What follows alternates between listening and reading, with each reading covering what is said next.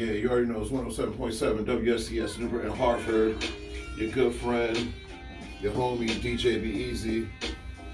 Here, giving you the what we call the morning mix-up and whatnot. And we got a special. Well, they're part of the station. State your names, guys, and the times you do your shows. But yeah, they're special guests to my show. Yes, sir, yes, sir, yes, sir. You know, it's new tunes every Monday, 1 to 2 p.m. Make sure y'all tap in. Word. You're listening to DJ Harvey as well. Thursdays on the hill, 5 to 7 p.m. You already know, we got the vibes, we got good music, everything hip-hop, pop, reggae, and etc. Lot of mercy. Yeah. What's going on this morning, guys? There's so much to say. So much to say about hip hop and whatnot. But like, first, how you guys doing this morning? I'm doing pretty good. How you chilling? Just chilling, I'm doing good. Still, waiting for the rest of that coffee to kick in. Yeah. You know how I am. I'm not a morning person, but I turn into a morning person for the radio station. Yeah, man. And also, thank you. That was a great experience, yo, on Sunday, the Pusha T show, yo. Oh, yo. Yo. First rap concert I've been to, that was crazy. The Mospits, oh my god. Hold on, that was the first rap concert? Yeah. Ever? Really? Ever. I've Wow. never seen a rap concert. You know what? That's actually a good introduction to how like an actual hip hop showcase is supposed to be, a hip hop show is supposed to be. And I give Pusha T credit. He is a lyricist, an MC, crowd controller. His DJ did a good job because we know Kanye West wasn't going to be on stage. Yeah. Pharrell Williams wasn't going to be on stage. But the DJ made sure you guys were involved with the chorus and whatnot. And Pusha T even said, I can't even rap, I ain't singing. Yeah. You know what I'm saying? So, that was dope, yo. That was dope. I've been to a concert before. I've been to a few actually. Logic, How was that? I've been to two of them. Like his Endless Summer tour when he was with Jeezy, and then his Everybody tour. That was like the Endless Summer tour. It was lit. It was just amazing. Like I was just vibing when it came to the Everybody tour though. It wasn't like too hype, but it was pretty good. And then my very first concert ever, I was at a Nas concert and inside the Olympic Theater. Wow. Okay. So you went to a Nas solo concert. Mm-hmm. Yeah, well, I think it was part of like his, it was one of his old school tours. I don't remember. Like old school appreciation tours. Man, I'll give you kudos, man, because I didn't see Nas live until he came with Wu-Tang and Busta Rhymes like not too recently. I wanted to go. That was insane. Because and the crazy thing is, Busta Rhymes actually came to CCSU while I was an undergrad, so he performed in the basketball stadium. I said the stadium basketball. What's the name of the gym? Kaiser. Yes, he performed in Kaiser. Yes, Busta Rhymes did. He did that. He killed it. And then, of course, Fabulous was on Wellesley Auditorium. It was actually supposed to be One Republic and Fabulous, but the lead singer at One Republic broke his leg. So they replaced One Republic with a group called Real Big Fish. So that was a kind of like a different direction. Like you got Fabulous killing it on stage with a band, and then Real Big Fish is doing tracks I never heard ever in my life. But some of my friends is like, hey, we follow Big Fish. And I'm like, I only eat Big Fish. You know what I'm saying? Like, I don't know any group body, but I know how to fish. Exactly. Oh, snap, man. It's like, we have a bunch of time up in here, too. But, unfortunate news that we received yesterday morning,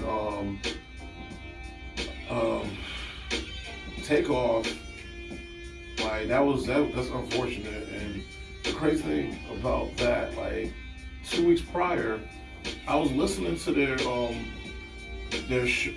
interview with NRE and DJ FM called Drink Champs, and they were just talking about longevity, doing more music, it was positivity. It was like a lot of positivity going on.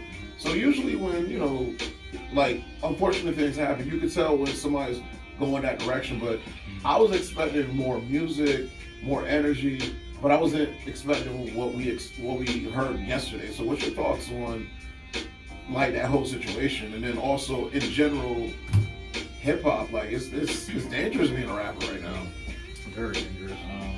I'd say just on that situation, it is unfortunate that a lot of people like. Yeah. But I don't think there's like a correlation with everyone just pushing for stop gangster rap or stop rapping about violence. Like Takeoff, he wasn't like a casualty of just rap. Like he literally was just being a civilian. Yeah. Standing off to the side, he wasn't participating in the dice game, and then he just happened to get killed. Wow.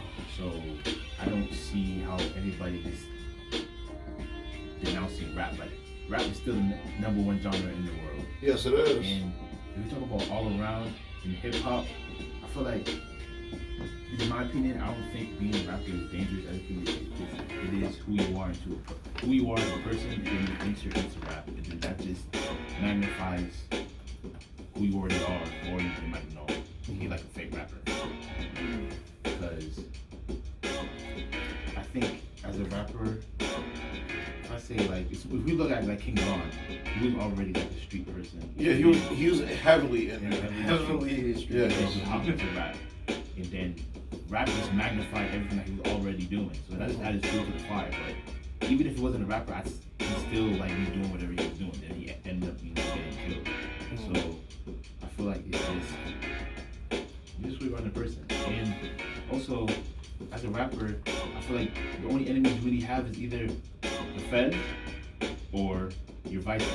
Because if we look at rapper deaths, it's either beefs or vices. Because Juice WRLD, he died from drugs. Pimp C, I think, was that, no, Bun B. No, Pimp C. Lean, A$AP Yams, Lean, JD Youngin, Beef, King Von, Beef, who else? Pop Smoke. What was it? Smoke. Pop Smoke. He just happened to. Because he was in LA, and it was a setup, I believe. Yeah.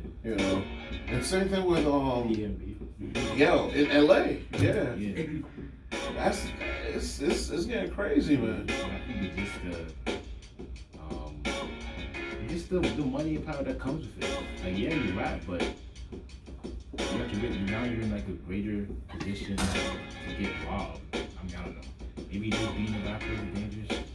Because what NRE was saying was, yo, if you're gonna go to LA, if you're gonna go anywhere now, have security. Oh yeah.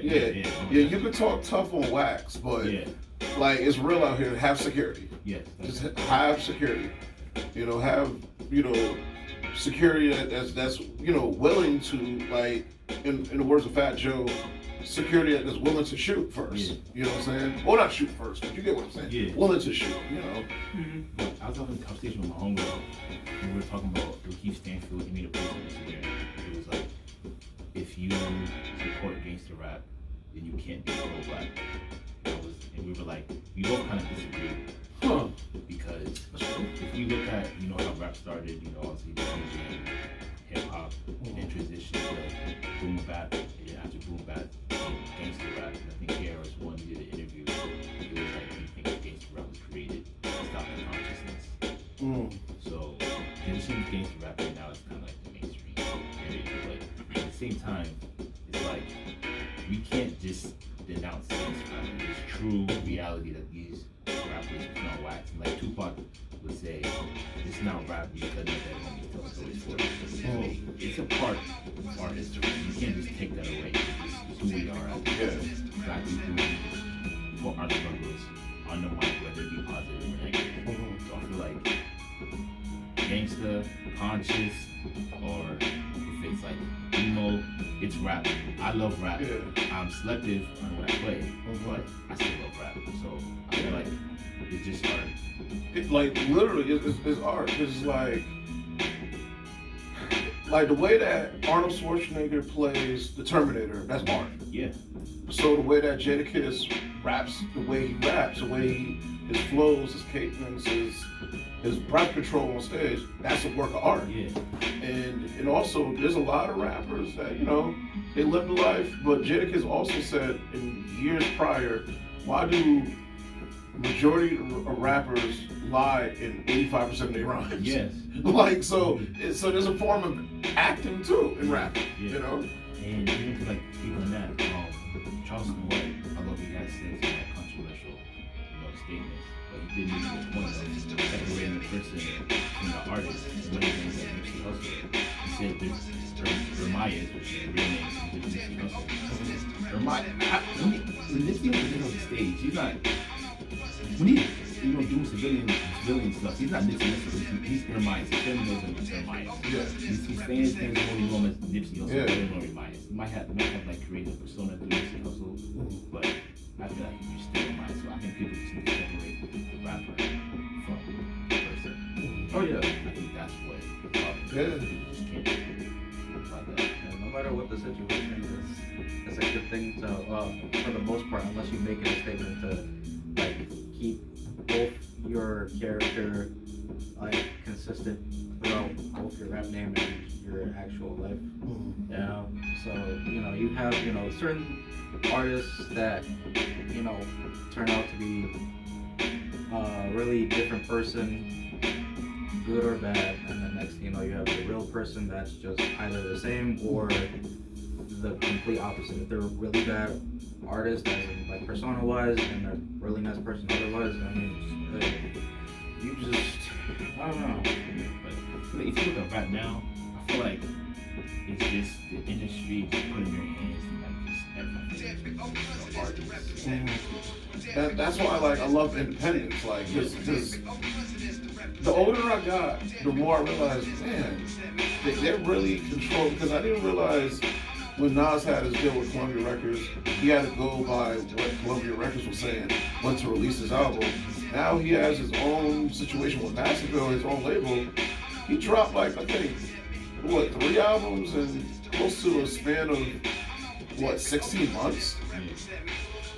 Freedom. Yeah. Freedom, man. Be independent.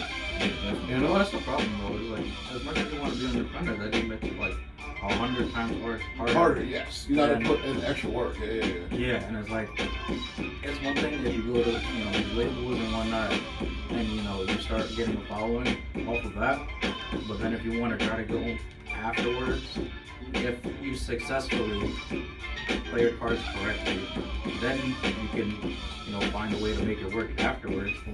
But if you don't, you have certain artists that try to, get out of their labels through, terrible means, and they may not be succeeding in the road and as much as they thought or wanted to, or the label, and the next, advances. That's one thing that kills their pockets as well. It's like they give all these advances and whatnot, and the next, when the time comes, you gotta put out a good album, and that album doesn't, produce any streaming sales or anything like that.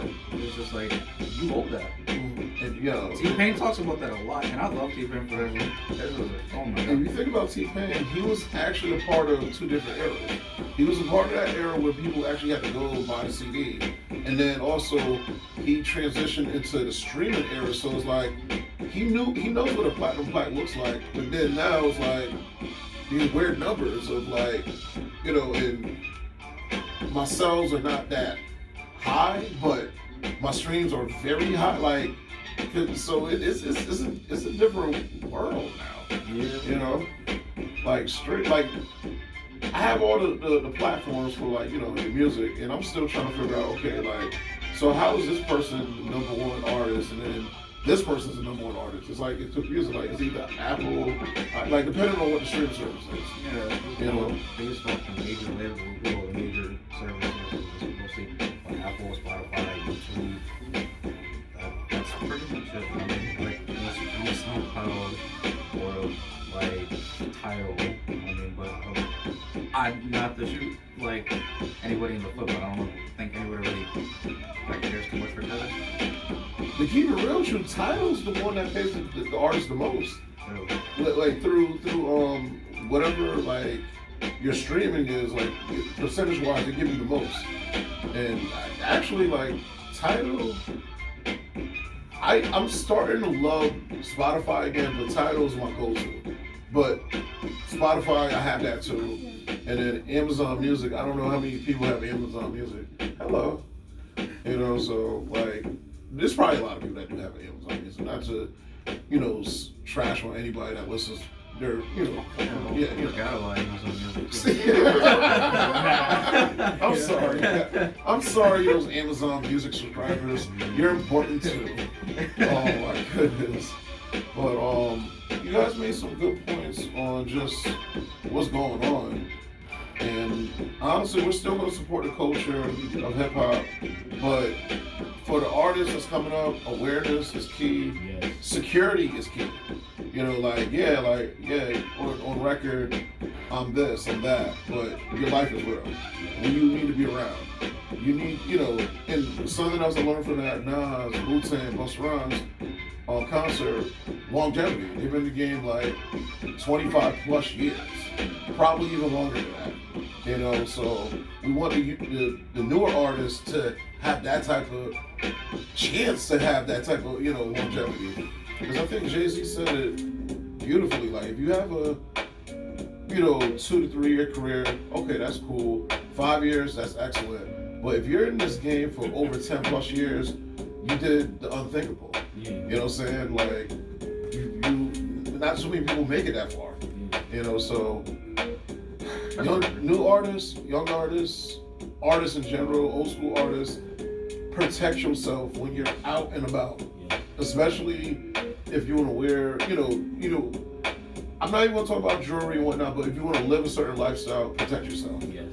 You know, that's all it is. Awareness, and also the words that you say are like, I'm not trying to go too deep, but we could go deeper off mic. But the words that you use are very magnetic, very magnetic. So watch what you're saying on these lyrics and whatnot, because if you want to wake up one morning and be like, you know what, it's my birthday and I want to see, you know, a very thick something. Yeah. You know what I'm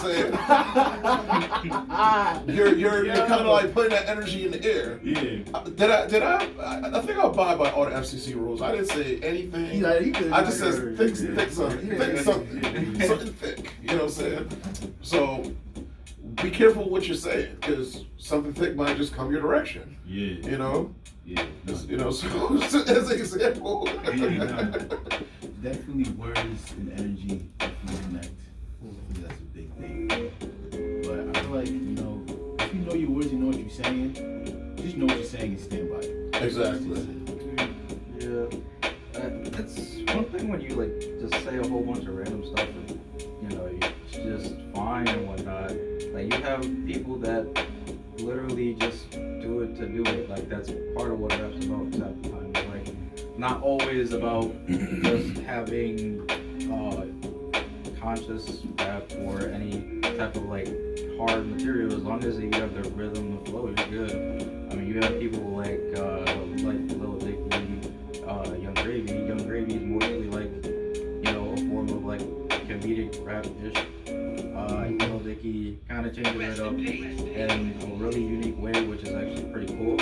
And I hope that he makes more music soon, unless I haven't seen anything recently, but I haven't listened to anything new from him.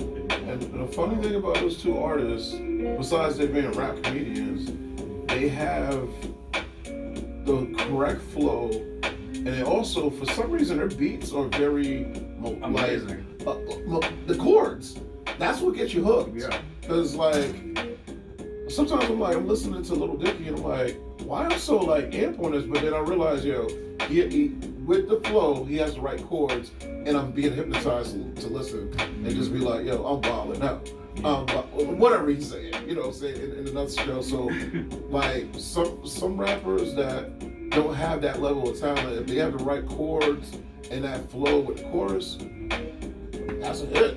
No matter if you're talking about gibberish, it's still a hit. You know? Like, just to keep on with, like, Young Beard, like, he keeps it 100 of, like, everything for the most part when it comes to, like, his lyricism. And it just, like, completely just talks about the most random stuff. Is he the guy that talked about somebody's mama in the kitchen? Mama cook in the kitchen? Something about your mama in your kitchen. Yeah. Mom in the kitchen. Okay, so for example, I'm sorry. Shout out to all the moms that love the kitchen. He actively goes. I don't know if I can. We are keeping this as clean as possible. He loves. He actively lives the lifestyle that likes a certain age group of women. Specifically mothers, so it's like, yeah, he keeps that one, especially in his lyrics. I forgot what exact song it was, but he just like kept going on about it, and then the hook, and then the beat selection, it just like kept going, and it was just like you're feeling it every time. You know, off air, I'm gonna look up these lyrics. Because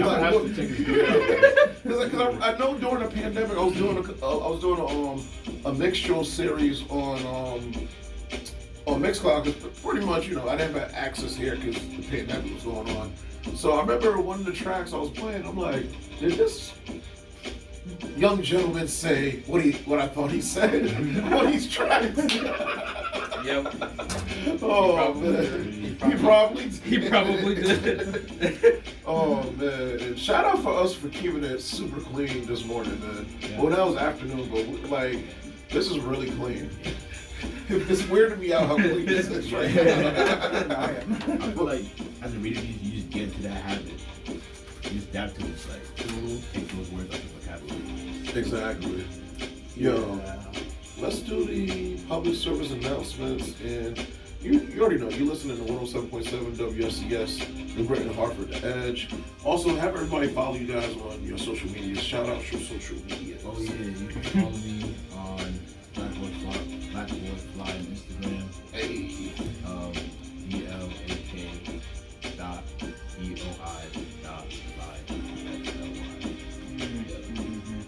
Well, unfortunately, I don't really have any socials like that at the moment, at least to promote a page, but at least as long as you're listening every Thursday, 5 to 7 p.m., I'm happy, and I'm happy that you vibe with my songs. Yes, sir. Word. And this DJ_the_easy on Instagram. And also follow, he has a show that's out. Follow the WFCS radio, what is it? WFCS radio at Instagram? Yeah. So, and you'll have access to everybody's show. And also, the homie DJ, thank you for that. The homie DJ Krez, he got a party coming up soon, November 12th. It's going to be at the PD Club on Grove Street in Britain. Yeah, Grove Street is an interesting street, but we'll talk about that off air too. But yeah, he's going to be playing the best Afrojack, the best from Steve Aoki, the Diplo, like basically all your club bangers, he got you. So shout out to the homie DJ Krez. He's solid. He did a solid performance at Plan B Glastonbury last Friday. Shoot, literally, I think last Friday, a lot of us was working and whatnot, because that Halloween weekend, like, it was insane. It sure was. Yeah, you know, so definitely, like, I definitely gotta go. If it's really good and I'm gonna go there, I gotta go. I just have to request off the work just to go, honestly. So, yo, gentlemen, we'll be back on air in a moment. We got to do this thing called public service announcement. So we'll get back. You already know it's 107.7 WFCS in Britain, Hartford, The Edge. Yeah, I was like, while we were talking, I was looking for this collage of beats, yo. Yeah, because I love Brandy, but I was just like, if I hear Brandy one more time in my ear, you're gonna lose it. That was dope. I didn't know we